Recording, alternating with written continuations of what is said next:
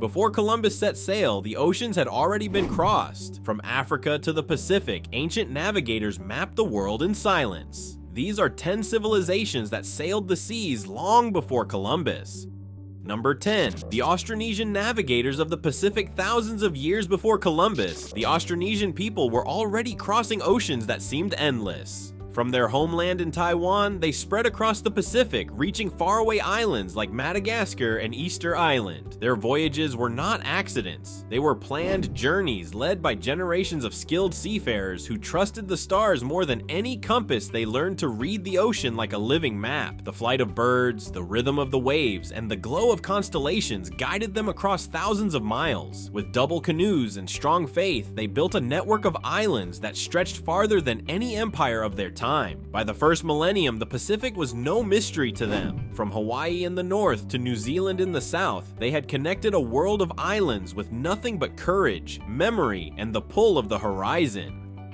Number 9. Hanno, the Navigator of Carthage. In the 5th century before Christ, a man named Hanno set sail from the great city of Carthage. He commanded 60 ships carrying settlers and supplies, heading beyond the Strait of Gibraltar into waters no Mediterranean sailor had dared to explore. The Atlantic was wild and unpredictable, yet Hanno and his fleet kept moving south along the coast of Africa. He wrote about lands filled with thick forests, glowing mountains, and strange creatures covered in hair. Some believe he saw gorillas for the first time. Others think he witnessed volcanoes erupting on the African coast. His journey remains one of the earliest records of crossing from the known world into the unknown. Even today, historians debate how far he went. But one thing is clear, Hanno's voyage proved that ancient sailors had the courage and the knowledge to challenge the ocean long before European explorers were even born. Number 8. Pytheas of Massalia. Over 2,000 years ago, a Greek explorer named Pytheas left the warm ports of southern France and sailed into freezing northern waters. His mission was to find the source of tin and amber, but what he discovered went far beyond trade. He became the first known man to describe Britain, and possibly even Iceland. He wrote of a place where the summer sun never set and the sea turned thick with floating ice. For centuries, people laughed at his stories, calling them impossible, but modern evidence now shows Pytheas spoke the truth. He had reached the edge of the Arctic. Long before Vikings or Columbus, Pytheas proved that curiosity could conquer fear. He didn't sail for gold or glory. He sailed because the world was bigger than anyone imagined, and he wanted to see it with his own eyes.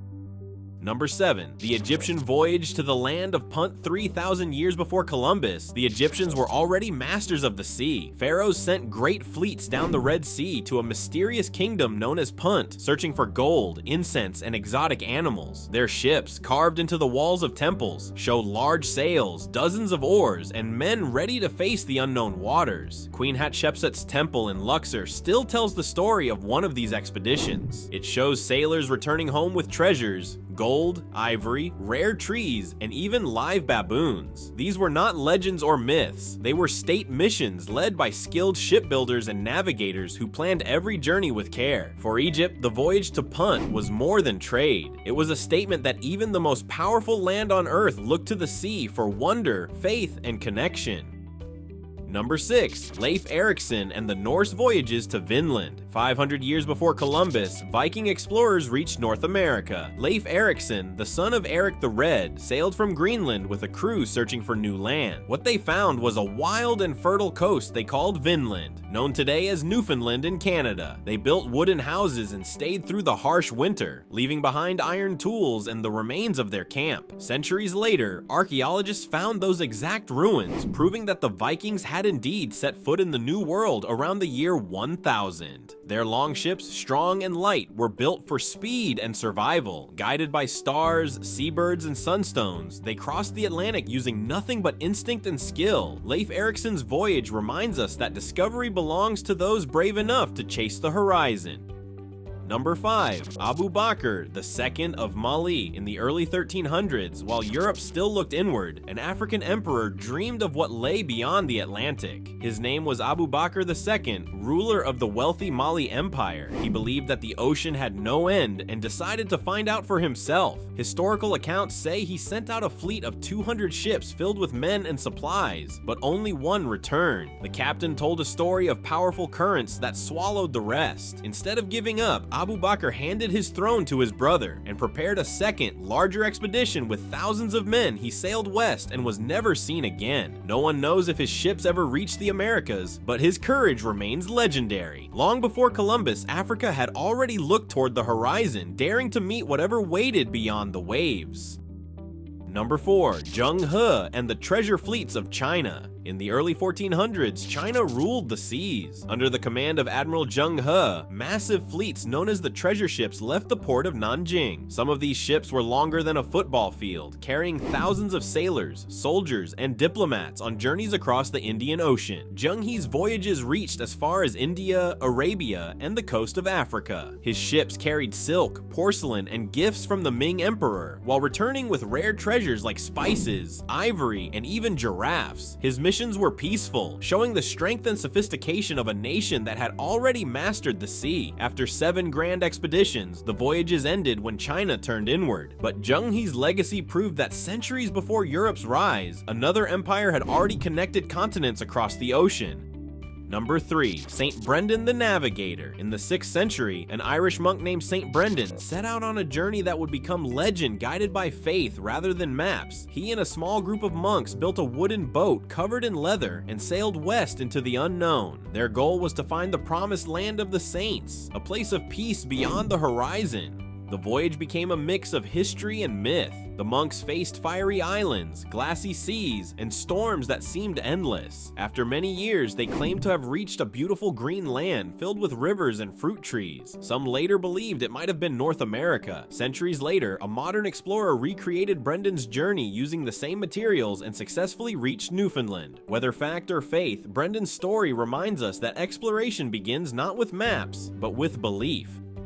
Number 2. The Phoenician expedition around Africa. More than 2,500 years ago, the Pharaoh of Egypt ordered the Phoenicians, the greatest sailors of the ancient world, to attempt the impossible. He wanted them to sail all the way around Africa. They began in the Red Sea, traveling south along the coast, stopping to grow crops, and continuing year after year. It took 3 years, but according to ancient Greek accounts, they finally returned to Egypt through the Mediterranean. Along the way, they noticed that the sun was suddenly shining from the north instead of the south.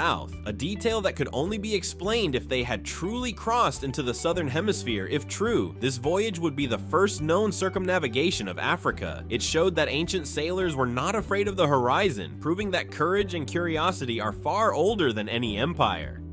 Number 1. The Vivaldi brothers of Genoa. In the year 1291, 2 brothers from Italy, Ugolino and Vadino Vivaldi, decided to reach India by sailing west. It was a bold idea, centuries ahead of its time. They set out from Genoa with 2 ships, carrying hundreds of men, food, and faith in a world that few dared to cross. They passed through the Strait of Gibraltar and vanished into the Atlantic. Some stories say they reached the Canary Islands. Others claim they went farther south toward Africa. None returned, but their attempt left a mark on history. The Vivaldi brothers may not have found Asia, but they proved that the dream of crossing the Atlantic began long before Columbus. Their courage lit a spark that would one day change the world forever. Before Columbus, the oceans had already been crossed. From ancient empires to forgotten islands, the world was never unknown. These journeys prove that discovery began long before history claimed it. This is the Hidden Secrets, where the past finally speaks.